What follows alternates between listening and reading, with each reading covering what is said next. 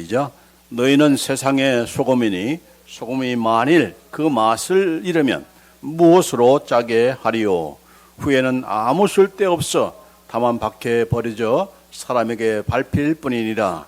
너희는 세상의 빛이라. 산 위에 있는 동네가 숨겨지지 못할 것이요, 사람이 등불을 켜서 만 아래 두지 아니하고 등경 위에 두나니 이러므로 집안 모든 사람에게 비치느니라. 이같이 너희 빛이 사람 앞에 비치게 하여 그들로 너희 착한 행실을 보고 하늘에 계신 너희 아버지께 영광을 돌리게 하라. 아멘.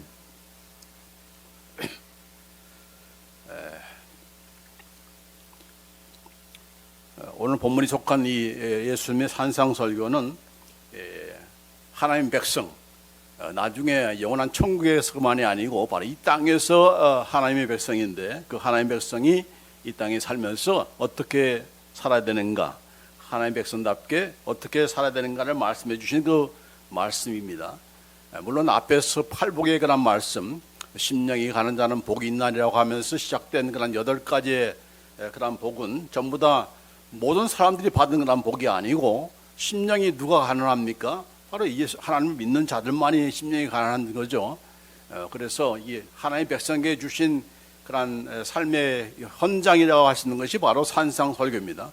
그러니까 불신자들에게 주시는 말씀이 아니고 이 땅에 존재하고 있는, 살고 있는, 또 앞으로 계속해서 또한 오고 오는 그런 모든 하나님의 백성들이 이 땅에서 어떻게 살 것인가, 하나님의 백성답게 어떻게 살 것인가 하는 구체적인 내용들을 이렇게 말씀하신 그런 내용이 바로 산상설교인 거죠. 또 여기 이제 5장 13절로 16절 말씀은 하나님의 백성들인 우리 신자들이 어떤 존재인가를 먼저 말씀하고 그 존재에 합당한 그런 역할을 또한, 사명을 또한 부여해 주신 그런 내용인데, 뭐라고 했습니까? 너희는 세상의 소금이다, 너희는 세상의 빛이다, 그렇게 말씀하셨어요. 그래서 세상의 소금과 세상의 빛이다. You are the salt of the earth. You are light of the earth. 그래서 여기 이 세상의 그런 소금이고 이 세상의 그런 빛이다라고 말씀하고 있습니다.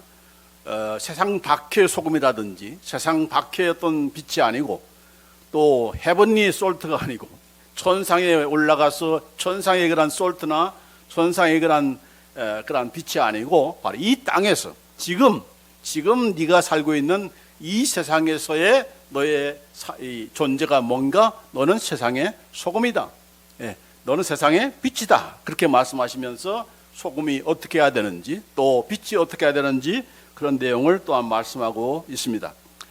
기독교는 결단코 세상과 단절된 그런 개인 수양의 종교가 아니죠. 산속에 들어가서 현실과 세상을 기피하는 그런 삶이 크리스찬들의 삶이 아닙니다. 그것은 중세 기독교인, 수도원적인 그런 사람들, 신비주의에 빠졌던 그런 사람들이나 행하는 그런 삶이지, 크리스찬의 삶은, 또 예수님께서 지금 말씀하시는 그 삶이라고 하는 것은 바로 이 세상에 지금 너희가 살아야 되는 것이고 살고 있다, 어떻게 살 것인가, 그렇게 말씀하고 있기 때문에 우리가 이 세상을 이렇게 등져서 산속에 그냥 혼자 이것저것 상처받지 않고 그냥 혼자 조용히 살겠다, 그런 생각은 우리가 성경적인 하나님의 그런 백성다운 그런 삶이 아닌 거죠. 자, 그래서 여기 요한복음에 보면은 예수님께서 말씀하셨습니다. 요한복음 17장 15절 말씀에 내가 비옵는 것은, 지금 이제 십자가를 지시기 전에 대제사장으로서 교회를 위해서 기도한 그런 대제사장으로서의 마지막 그 기도 내용 아닙니까? 내가 지금 기도하고 있는데 그 기도의 내용은 저희를 세상에서 데려가시기를 위함이 아니요 다만 악에 빠지지 않게 보존하시기를 위함이다.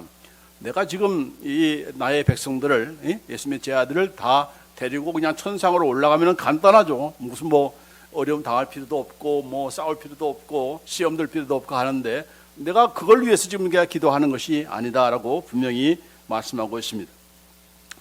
그러니까 그냥 내세만을 바라보고 가정도 버리고 직장도 버리고 사회도 버리고 모든 인간관계를 다 끊고 사는 그런 것은 결단코 예수님께서 원하시는 그런 삶이 아니다는 것을 알 수가 있습니다.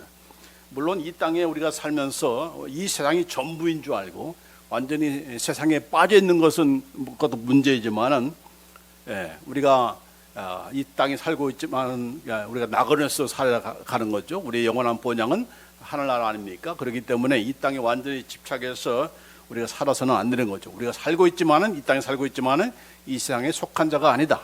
Even though you are live in this world, but you are not of this world. 그럼 이 세상에 속한 자는 아니다. 속해서 살아서는 안 된다는 얘기죠. 살고 있지만은. 그래서 이 세상과의 관계를 우리가 크리스찬들이 어떻게 할 것인가 하는 것에 대해서 분명히 예수님께서도 말씀하신 겁니다. 우리가 이 세상의 흐름에 그냥 쫓아가고 끌려가고 그냥 될 대로 되라, 이렇게 그냥 한 세상 사는 거지, 이렇게 끌려가는 우리가 되지 말고 이 세상에선 우리가 누군가 하는 소금과 또 빛으로서 어떻게 우리가 이 세상을 극복해 나가고 또 이 세상에 대해서 더 적극적인 그런 삶을 살아야 될 건가 하는 그런 내용에 대해서 예수님께서 말씀하신 것 때문에 우리가 이걸 심각하게 여기고 이것이 되어지지 않을 때 어떤 현상이 나타나는가 하는 것도 우리가 또한 생각해 볼 필요 있는 것이고, 지금 요새의 그런 우리의 상황, 우리 국가적으로나 뭐 미국이나 뭐 한국이나 마찬가지로 이런 상황에서 우리의 역할이 어떤 역할을 해야 되는가 하는 그런 차원에서도 한번 생각해 볼 필요가 있습니다.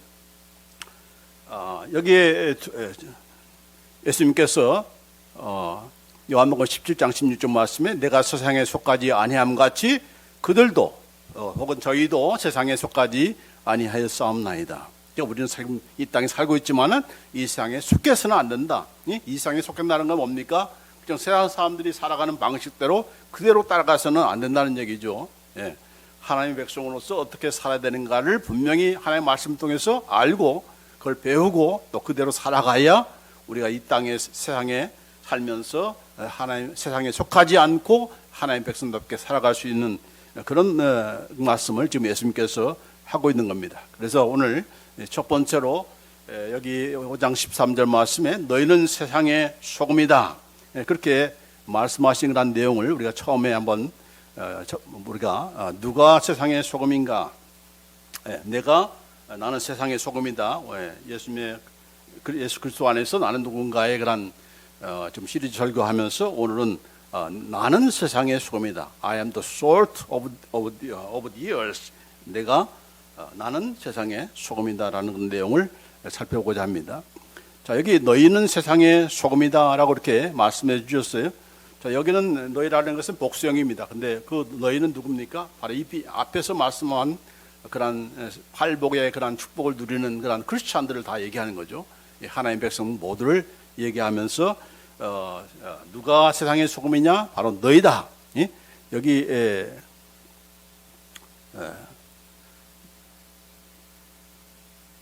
너희는 세상의 소금이다라고 할 때에 이 너희라는 것에 지금 강조하고 있어요. You are the salt of the earth. 그러면 너희는 세상의 소금이다, 이것이 강조가 다 다르겠지만은 너희야말로 다른 누가 아니라 너희가 바로 세상의 소금이야라고 하는 그런 말씀인 것입니다.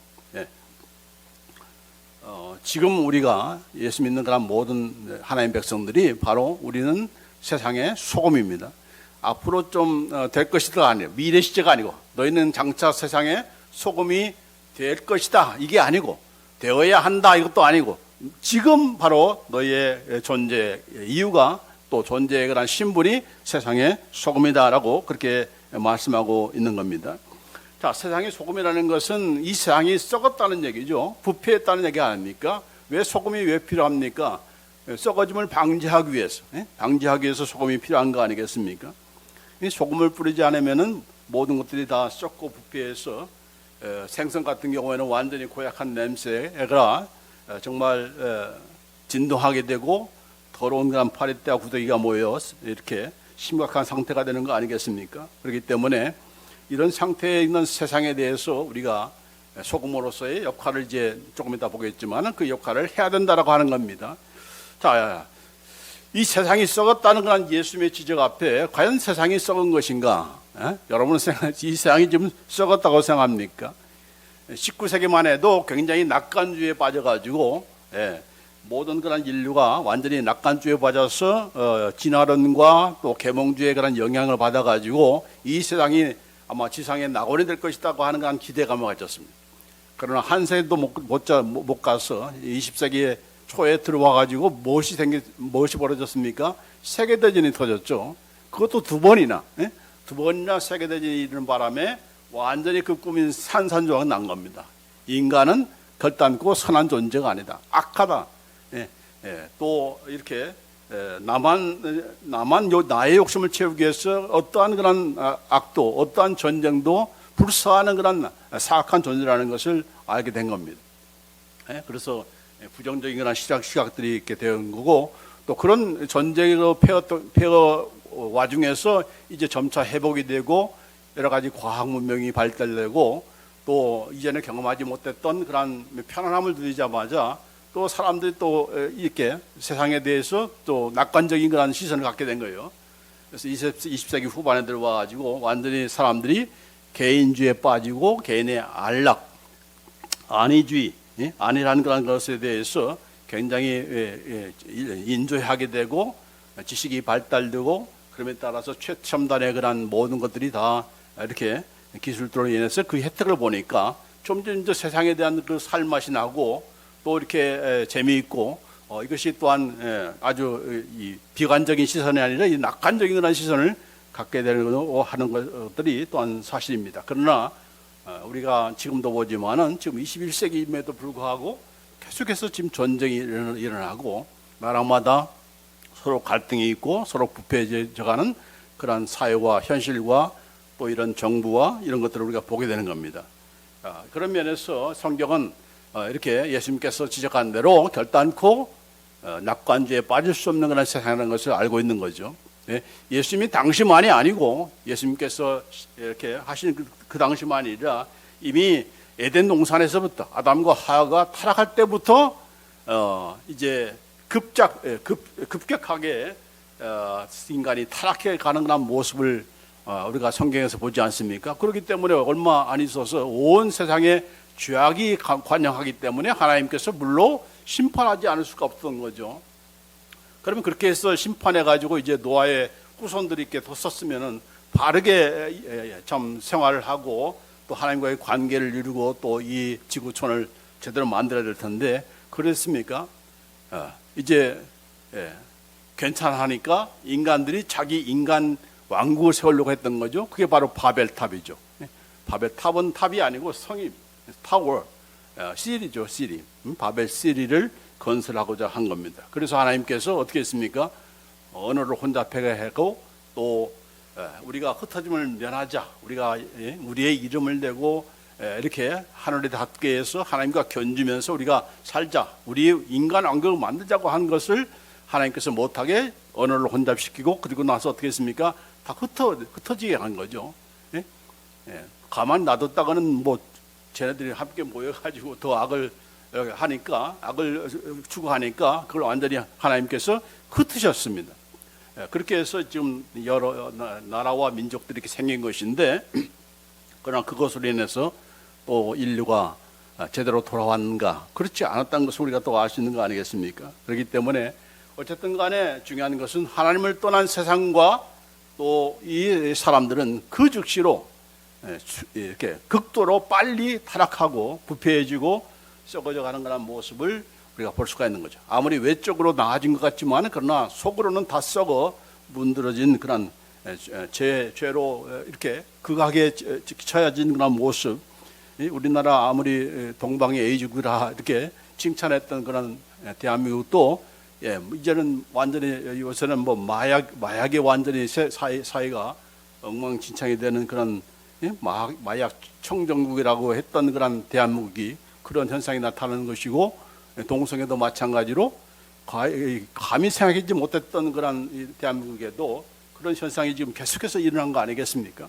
그렇기 때문에 우리 한민족만 우수한 그런 민족이다 그렇게 자랑할 수가 없는 거예요. 모두가 다 하나님을 떠나면은 이렇게 급작스럽게 타락하고 그런 것을 이렇게 보게 되는 겁니다. 이런 세상의 썩어짐 가운데서는 왜 이렇게 세상이 썩어져 가는가? 믿지 않는 사람들 때문에 그런 것인가? 그들이야 어차피 썩은 사람들이고 부패한 사람인데 그걸 방지하라고, 부패를 방지하라고 우리를 부르신 것이 부름받은 존재가 누굽니까? 바로 크리스찬들이죠. 예? 하나님께서, 예수님께서 하시는 말씀이 너희가 세상의 소금이야. 세상의 그 부패함을, 썩어짐을 방지할 수 있는 그 유일한 역할은, 그 책임은 누구겠냐? 바로 믿지 않는 사람이 아니라 어떤 정부나 어떤 정치가들이 아니라 바로 하나님의 교회요, 하나님의 백성이다. 그 역할을 네가 하지 못했기 때문에 지금 세상이 썩어가고 있는 거야. 그렇게 말씀하신 거죠. 그게 바로 예수님의 바른 그런 진단 아닙니까? 근데 우리는 어떻게 생각하죠? 정부가 썩었다. 대통령이 잘못되었다. 정치가들이 잘못되었다. 국회의원들이 잘못됐다. 그걸 잘못한 것을 자꾸 탓을 돌리면서 나는 잘못한 거 없어. 나는 괜찮은 거야. 그렇게 안일하게 대하는 그런 모습을 보는데, 그러나 예수님께서 하신 말씀이 믿지 않는 사람에게 너희가 세상의 소금이야, 소금의 역할을 해야 돼, 그렇게 말씀하신 적이 없고, 그 너희는 바로 예수 믿는 신자들이 것이고 하나님의 백성들이 바로 교회가 그 사명을 받은 것이고 그들만이 할 수 있는 것이죠. 그러니까 그 역할을 못하니까 지금 사회가 썩어가는 거죠. 대한민국이 왜 갑자기 이렇게 타락하는 그런 길을 갑니까? 바로 교회가 썩었으니까, 교회가 제대의 역할을, 사명을 감당하지 못하니까, 목사님이나 성도들이나 마찬가지로 그 역할을 감당하지 못하니까 자꾸 나래가 좀 어려워지는 거죠. 그 일을 우리가 통감하고 우리의 책임이라는 것을 우리가 알아야지, 그냥 정치가만 탓하고 정권만 바뀌면 될 거야, 저 사람만 탄핵하면 될 거야라고 하는 그런 생각을 한다면은 그야말로 자기가 누군가를 모르는 거죠. 내가 누구냐? 저 사람이 세상의 소금이 아니고 바로 내가 세상의 소금이야. 그 역할을 내가 못한 거야. 내가 그 어둠을 밝히는 그런 빛인데 내가 그 역할을 못하기 때문에 바로 내 탓이다, 내 잘못이다, 내가 바로 써야 되지. 이것이 일어나야 결국 나라가 살고, 민족이 살고, 교회가 살고, 또 나도 사는 거죠. 그 역할을 우리가 해야 될 줄 믿습니다. 아무리 팬데믹 이후로 기독교인들이 이렇게 숫자적으로 줄어들다 할지라도, 그러나 여전히 지금 차지하는 비율이 꽤 되거든요. 근데 초대 그 기독교에 보면은 한 1%밖에 안 된 크리스찬인데, 그 크리스찬들이 있는 동네를 탐관 오리들이 가게를 주재했대요.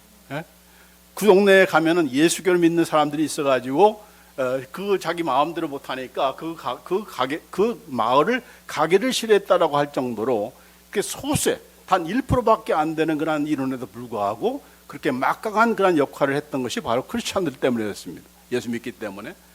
왜요? 그들이 바로 소금의 역할을 한 거죠. 그래서 소금의 역할, 그거 뭡니까? 첫째로는 바로 썩어짐을 방지하는 거 아니겠습니까? Salt acts as a preservative to prevent decay. 썩어지는 것, 부패하는 것을 방지하는 것이 바로 소금의 그런 중요한 역할이죠. 예전에는 과다한 소금을 섭취해서는 안 된다고 하면서 소금을 일부러 안 먹고 이렇게 다 피하는 그런 현상들이 있었고, 그러나 이제 요새는 자꾸 또 소금을 먹어야 된다. 저도 피 검사해 보니까 소금이 부족하다. 물론 이제 다 토하고 갔으니까 소금기가 좀 떨어진 것은 당연한 건데, 그렇게 얘기해서 그걸 채운 다음에 이제 퇴원하게 된 적이 있습니다. 어쨌든 간에 소금이 굉장히 중요한 거죠. 그렇기 때문에 한때는 뭐 이 암을 치료하는데 천연 소금을 먹은 사람도 있었고, 그렇지 않습니까? 그 효과가 어떤 한지는 모르지만, 그러나 소금의 역할 중에 가장 중요한 역할은 바로 썩어짐을, 부패함을 방지하는 것. 이게 바로 소금의 가장 중요한 역할인 것이죠. 그러니까 너희가 소금이라는 것은 네가 들어가면은 썩어지는 그런 가정과 사회나 어떤 민족이나 나라를 방지할 수 있는, 조금이라도 방지할 수 있는, 썩어지는 것을 좀 더 늦출 수 있는, 그리고 썩어짐을 방지할 수 있는 그런 역할을 해야 된다는 얘기죠. 그 역할을 지금 하고 있는가라고 그렇게 예수님께서 오늘도 이렇게 우리가 누군가를 보면서 말씀하는 겁니다. 내가 들어가면 나의 말을 통해서, 나의 행동을 통해서, 나의 인간관계를 통해서 이런 죄를 이렇게 꾀하려고 하고 사기나 거짓이나 이런 것을 추구하려고 하는 사람에게 브레이크를 걸 수 있는, 저 예수쟁이 왔네, 말 조심해야지, 그런 그 역할을 하고 있는가. 그 역할이 바로 소금의 역할인 거죠. 내가 들어감으로 방지할 수 있는 것. 그것이 바로 소금의 역할인 겁니다. 그래서 이런 역할을 우리가 그냥 내가 소금이야, 알아서들 겨, 이게 아니고 내가 그 역할을 해야 돼. 맛을 내 그런 이 부패를 방지하는 그런 역할을 해야 되는 거죠. 내가 가면은 말도 함부로 못하고 음담패설이나 무슨 뭐 거짓이나 헐뜯는 말이나 못하게 방지하는 그런 역할을 우리가 해야 그것이 바로 소금의 역할을 하는 것이고, 그런 것을 통해서 주위에 있는 사람들이 신선한 충격을 받는 거죠. 도전을 받는 거죠. 야, 저 예수 믿는 자 왔으니까 우리 조심하자. 아무리 우리가 그런 그 역할을 우리가 하는 그런 우리가 될 줄 믿습니다. 그래서 아무리 정부가 지금 우리나라에서 굉장히 어려움이 있지만은 무엇이 문제인가? 세상 사람들, 정치가들, 대통령이나 누구나 이렇게 해서 탄핵되고 또 새로 뽑고 하는 그런 과정을 통해서 사회가 새로워지는가? 나라가 바로 잡아지는가? 결대 그게 아니다는 얘기죠. 세상에 소금의 역할을 할 수 있는 그런 크리스찬들이, 교회와 성도들이 깨어있지 않으면, 바른 역할을 감당하지 않으면 사회는 자연적으로 썩고 썩을 수밖에 없다. 적폐 청산했던 그런 자들이 다시 또 그들이 또한 그들은 또 적폐가 없습니까? 그들 자신이 또한 탄핵받을 만한 일을 하는 거 아닙니까? 이 끝이 없는 거죠. 계속해서 돌고 도는 악순환만 계속되는 겁니다. 그래서 이것을 막을 수 있는 그런 유일한 그런 해결책은 바로 크리스천들밖에 없다. 교회와 성도들밖에 없다. 또 소금의 역할은 또 무엇입니까? 맛을 내는 거죠. 맛. 이 소금의 역할, 맛을 내는 역할은 아무리 강조해도 지나치지가 않습니다. 짠맛을 내는 것은 소금만이 할 수 있는 일입니다. 그렇죠? 김치를 담기 위해서 이제 배추를 절여야 되는데, 배추를 절일 때 어떻게 절입니까? 소금으로 절이는 거죠. 짠맛이 난다고 간장으로 절이면 되겠습니까? 소금이 없다고 열심히 그냥 운동해서 그냥 땀을 잔뜩 흘려가지고 땀으로 절이면 되겠습니까? 단맛은 대체할 수가 있는 거예요. 단맛은 대체할 수 있는 그런 여러 가지 있지만, 그러나 소금은 그 소금만이 독특한 그런 역할이 있기 때문에 이런 소금은 이 맛을 내야 된다 하는 것을 우리가 잊어서는 안 되고, 그 역할이 얼마나 중요하다는 것을 알 수가 있죠. 다른 것으로 대체할 수가 없는 거야. 교회나 크리스찬들로 대체할 수 없는 것이 바로 맛을 내는 거야. 어떤 맛입니까? 인생은 살만한 가치가 있다는 얘기죠. 내가 이런 세상에서 살아야 돼? 이런 그 죄 많은 세상에서 우리가 지금 그때 살아야 되는 거야? 그럼에도 불구하고 크리스찬들을 보면은, 야, 정말 인생을 살만한 가치가 있는 거구나. 그런 것을 도전받고 또 본인 스스로도 내가 삶이 가치 있는 그런 삶이 되어야 되는 거죠. 그것이 바로 맛을 내는 겁니다. 가령 우리가 잘 아는 사랑의 원자탄이라고 하는 손양원 목사님, 자기 일제 강점기에는 신사 참배 때문에 감옥에 갇혀가지고 이제 해방이 되어서 함께 이제 추록을 했는데, 추록하고 나서 여수의 그런 이 나환자들 촌에서 참 이렇게 봉사하면서 섬겼던 그런 목사님이죠. 그런데 6.25 때 공산 당원들, 그 당시에 그 여순 반란 사건이 있잖아요. 여순 반란 사건 때문에 빨갱이에 끌려가서 뭐 나이 많은 사람이 아니고 젊은 동네 청년이죠. 근데 예수 믿으라고 전도하는 그런 이 손양원 목사님의 두 아들이 그 청년에 의해서 무참하게 이렇게 순교를 당했습니다. 그리고 나서 이제 시신을 받아가지고 손 목사님이 이제 장례식을 치르면서 이렇게 10가지의 그런 감사 제목을 이 장례식 이제 끝나가면서 이런 그 고백을 한 겁니다. 여기 좀 10가지를 제가 소개하고 있는데, 뭐 9가지인지 10가지인지 그건 중요하지 않습니다. 하여튼 간에 이 손양원 목사님의 그 감사 제목을 보면은, 나 같은 죄인의 혈통에서 순교의 자식들을 나오게 하셨으니 하나님께 감사합니다. 3남 3녀 중에서 가장 아름다운 두 아들 장자와 차자, 동인이와 동신인데, 이 가장 큰 아들과 둘째 아들을 바치게 된 것을 바치게 된 나의 축복을 하나님께 감사합니다. 또 세 번째, 허다한 많은 성도들 중에 어찌 이런 보배를 주께서 하필 내게 주셨으니 그 점 또한 주께 감사합니다. 한 아들의 순교도 귀하다 하거늘 하물며 두 아들의 순결이요 하나님께 감사합니다. 다섯 번째, 예수 믿다가 누워 죽는 것도 큰 복이다 하거늘 하물며 전도하다 총살 순교 당함이리요 하나님께 감사합니다. 여섯 번째, 미국 유학 가려고 준비하던 내 아들 미국보다 더 좋은 천국 갔으니 감사합니다. 일곱 번째, 나의 사랑하는 두 아들을 총살한 원수를 회개시켜 내 아들 삼고자 하는 사랑의 마음을 주신 하나님께 감사합니다. 또 내 두 아들 순교로 말미암아 무수한 천국의 아들들이 생길 것이 믿어지니 우리 아버지 하나님 감사합니다.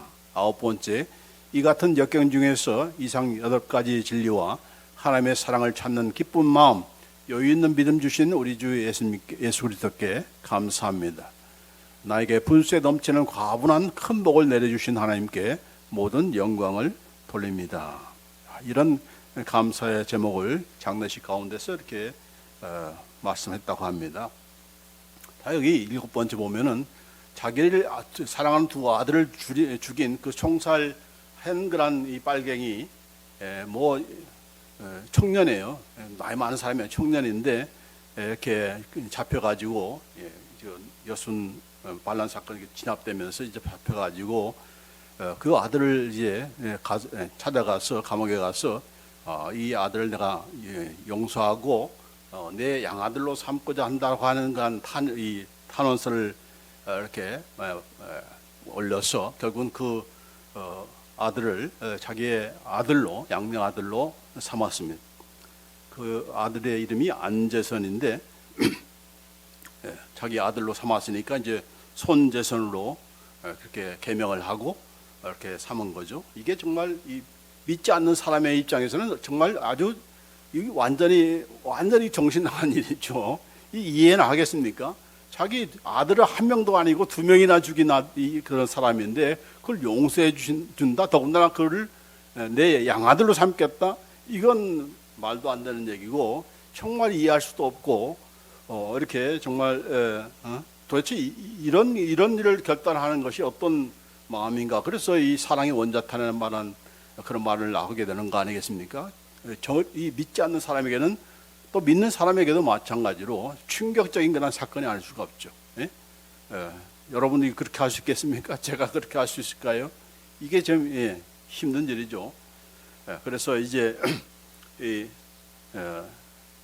이제 손재선이 된 이 양아들을 이렇게 하나님의 그런 종으로 삼기 위해서 또 신학도 공부하고 하지만은 이 손양호 목사님도 일찍 이렇게 6.25 때 또 순교를 하셨지만은 이 양아들로 삼은 그런 이 아들도 이제 손재선, 안재선이죠. 이분도 이제 후다함에 걸려가지고 48세에 일찍 그런 세상을 떠났습니다. 근데 이 안재선이라는 그런 이분의 그 아들이 바로 안경선이라는 사람인데 이 아버지가 돌아가면서 너 정말 예수 믿고 정말 하나님의 종이 됐으면 좋겠다라고 유언을 남겼어요. 그래가지고 이 안재선이라는 그 아들 안경선이가 나중에 이제 신학교 가서 이제 목사가 됐습니다. 지금 조그마하게 교회를 한다고 해요. 그래서 이런 참 세상 사람들이 보지 못한 그런 현상, 이런 일들을 보면서 이게 바로 세상에 그런 소금의 역할을 하는 그런 사람이 아니겠습니까? 그렇죠? 사악한 그런 자를 용서해 줄 뿐 아니라 자기의 양아들을 삼아서 하나님의 종으로 만들고 또 그런 아들의 그런 또 아들이 또 목사가 되어서 하나님 일을 하게 되는 이런 것들을 보면은 정말 충격이 되지 않을 수 없는 그런 사건이고 또한 참 살아있는 거죠. 이런 그 역할, 세상 믿지 않는 사람들은 우리가 열심히 이게 부자로 살고 성공해서 떵떵거리고 사는 것에 충격받는 것이 아니고 이런 손양호 같은 그런 사람의 그런 행동에 충격을 받는 것이죠. 우리가 예배당 크게 짓고 교인들 많이 모이고 하는 것에 충격을 받는 것이 아니고 세상 사람들이 볼 수 없는 그런 소금의 역할, 빛의 역할 그런 걸 해야 결국 충격을 받고 저들 역시도 이렇게 좀 하나님 믿는 자들을 인정해주고 또 하나님 믿으려고 하는 그런 도전을 받는 거 아니겠습니까? 바로 그런 것이죠. 세 번째로 소금은 부패를 방지하고 방지하고 맛을 내기 위해서는 어떻게 해야 되는가? 자신이 희생해야 된다는 얘기죠. 내가 녹지 않고 소금이 녹지 않고 그 맛을 낼 수가 있습니까? 부패를 방지할 수 있습니까? 할 수가 없는 거죠. Salt must sacrifice itself, melt itself. 자기가 녹아져야 되는 거죠. 희생하지 않고 소금이 맛을 낼 수 있습니까?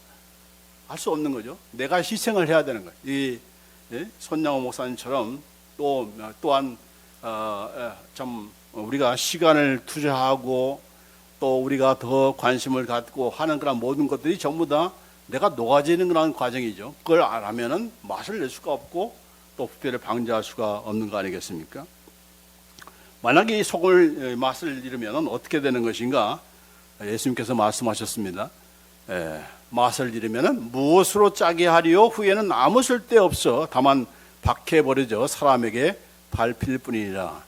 지금은 소금이 정제되어서 이렇게 나오지만은 옛날에는 전부 다 이제 돌에 또 흙에 이렇게 묻혀가지고 소금을 이렇게 걸러내는 그런 일을 하지 않습니까? 그렇기 때문에 그 소금만 빼면은 아무런 쓸데가 없는 것이 바로 이 소금 정제하다 남은 것들이죠. 그건 뭐 거름도 쓰지 못하는 것이고, 뭐 아무 쓸데가 없다. useless. 아무것도 쓸모가 없어가지고 완전히 다 밖에 버려져서 사람에게 밟힐 뿐이다라고 하는 겁니다.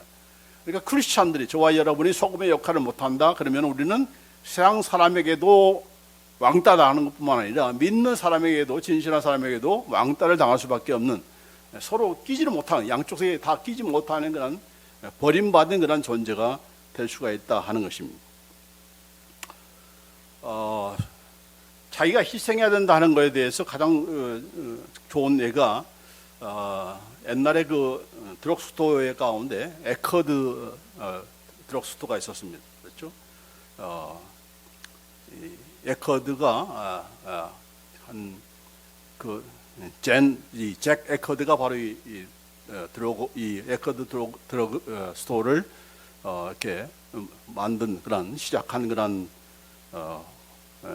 소유주인데 기업주인데 이것이 이제 지금 뭐 사라졌죠. 다 이것이 다 CBS로 체인지돼 가지고 CBS에서 팔려 가지고 2004년도 그가 91세 이제 죽고 나서 에커드는 완전 CBS에 이제 다 팔리게 되었는데 이분이 기독교인이 된 다음에 자기가 이제 자기 가게들 그 당시 한 미국 전역에 한 1,700개 되는 그런 드럭스토어가 에커드 드럭스토어가 있다고 해요. 그래서 이제 시찰을 한번 가보니까 가게에 펜트하우스라든지 또 플레이보이 그런 잡지가 있는 것을 발견하게 되었어요. 그래서 이것 때문에 이제 예수 믿고 나서 이것을 내가 해야 되는가, 이걸 가게에서 내가 팔아야 되는가라고 하는 그런 고민을 하면서 기도를 한 가운데 그 다음날 모든 그런 스텝들을 중역들을 다 모아놓고 이렇게 이제 앞으로 우리 가게에서 이 에커드 드럭스토어에서 완전히 이것을 다 이제 더 이상 팔지 않고 다 치워버리라. 이 도색 잡지를 우리가 팔아서는 안 된다라고 하면서 그런 결단을 내렸다고 합니다. 그 사실을 알고 유명한 크리스찬 그런 변증가로 또 그 제일 미니스트리로 유명한 찰스 콜슨, 또 척 콜슨인 이분이 누군지 알죠? 척 콜슨은 바로 닉슨 대통령 때 특별 보좌관으로 아주 그 명성이 자자했고 모든 권력을 다 쥐고 있었던 그런 사람인데 워터게이트 사건에 연루가 돼가지고 그걸 계획했다가 깜빵에 가게 됐어요. 그래서 감옥에 갇혀가지고 그 감옥 안에서 예수님을 믿게 된 거예요. 그 다음에 이제 출감한 후에 제일 미니스트리를 처음 시작한 분이 바로 이 척 콜슨입니다. 그래서 이런 교도사에게 지금도 뭐 그 사역이 계속되고 있지만은 이 거두사가 하면서 이제 많은 사람들을 예수를 믿게 하는 그런 일을 하고 있는데, 이 에커드가 자기 가게에서 모든 스토어에서 이 도색 잡지들을 다 철거했다는 그런 소식을 듣고 전화를 했어요. 에커드에게 물었습니다. 잭, 당신이 예수 믿게 대한 헌신 때문에 그 같은 결단을 내린 거야? 그렇게 물었다고요. 그러자 잭 에커드가 그렇지 않다면 왜 내가 300만 달러를 포기했겠는가? 그러니까 1년에 그것으로 300만 달러를 3 밀리언을 번다는 얘기예요. 1700개의 그런 스토어에서. 그거를 왜 내가 포기했겠는가라고 하면서 답했다고 합니다. 그러니까 이건 그만큼 뭐예요? 희생한 거죠. 녹아져야 되는 거예요. 녹아져야 사회가 이렇게 부패를 방지할 수 있는 것이지, 계속해서 도색 잡지를 팔고 거기에 영향을 받고 하면 결국 사회를 더 부패하게 만드는 거 아니겠습니까? 그런 역할을 지금 하는 거죠. 예. 크리스찬들이 술, 담배를 팔아야 되는가? 무슨 뭐 섹스 사업을 해야 되는가? 이게 같은 맥락 아니겠습니까? 그것이 아무리 돈이 된다 할지라도, 돈이 된다 할지라도 다른 사람들을 죄짓게 하는 것이니까 우리가 당연히 다른 잡을 구하고 다른 사업을 하든가 해야 되는 것이지, 그걸 가지고 내가 좀 벌겠다고 그걸 해서는 안 된다는 것이 바로 이 잭 에커드가 보여주는 그런 모범인 그런 삶이죠. 그가 3 밀리언을 1년에 다 손해를 보지만, 그러나 나중에 예수님 앞에 설 때는 네가 정말 소금의 역할을 제대로 했다라고 아마 칭찬받을 거라고 생각되지 않습니까? 마찬가지죠. 우리가 이런 그 잭 에커드처럼 그런 삶을 우리가 살아야 이 세상에서 정말 소금으로서 부패를 방지할 수뿐만 아니라 바른 사람들을 바른 길로 인도할 수 있는 그런 역할을 감당하게 되는 거죠. 그래서 오늘 내가 누구인가? 나는 세상의 소금이다. 인천 앞바다의 짠돌이처럼 그런 짠소리가 되지 말고, 짠돌이가 되지 말고, 내가 녹아져서 어떻게 녹아집니까? 다른 사람을 죄를 짓지 않도록, 그걸 위해서 내가 희생하고 내가 손해본다 할지라도 그 길을 하겠다는 그런 자세. 이 정말 나라나 뭐 정치가를 탓하기 전에 내가, 우리 교회가, 교회들이, 목사님들이, 성도들이 먼저 소금의 역할을 못했기 때문에 지금 썩어가고 있는 거야 라고 하면서 그것을 깨달으면, 얼마나 빨리 깨달을수록 대한민국은, 또 미국은 새로워질 수 있으리라고 저는 믿습니다. 왜요? 바로 예수님께서는 이미 처방을 내렸거든요. 다른 방법이 없다. 내가 도와줄 일이 아니고 네가 그 역할을 해야 되는 거야. 네가 그 소금의 역할을 해야 되는 거야. 이미 해답을 주셨어요. 근데 우리가 그거 안 하잖아요. 왜 안 합니까? 그냥 다른 사람 탓만 돌리고 어떻게 되나 한번 보자. 이렇게 관중의 역할만 되니까 그거 이루어지지가 않는 거죠. 그러나 내가 적극적으로, 소금은 적극적으로 녹아져야 되는 것이고, 적극적으로 자기가 희생을 해서 우리가 맛을 내고 부패함을 방지하는, 썩어진 곳에 들어가서 부패를 방지해야 되는 것이지, 소금만 따로 있어가지고 나는 나 혼자 어떻게 해볼래, 그 말이 안 되는 거죠. 세상의 소금이다. 세상의 부패를 방지하고 세상에 그 살맛 없어서 매일매일 이렇게 좌살인을 하고 하는 사람들에게 인생을 살만한 가치가 있는 거야라고 말해줄 수 있는, 말로만이 아니라 실제로 보여줄 수 있는 그런 우리가 삶이 되어진다면은 우리는 정말 나를 세상의 소금으로 이렇게 부르시고 또 그 역할을 하도록 하나님께서 함께 하심에 대해서 참으로 감사하고, 또 그 역할을 우리가 해야 되겠다 하는 그런 결단을 하는 그런 우리가 되기를 원합니다. 기도하십시오.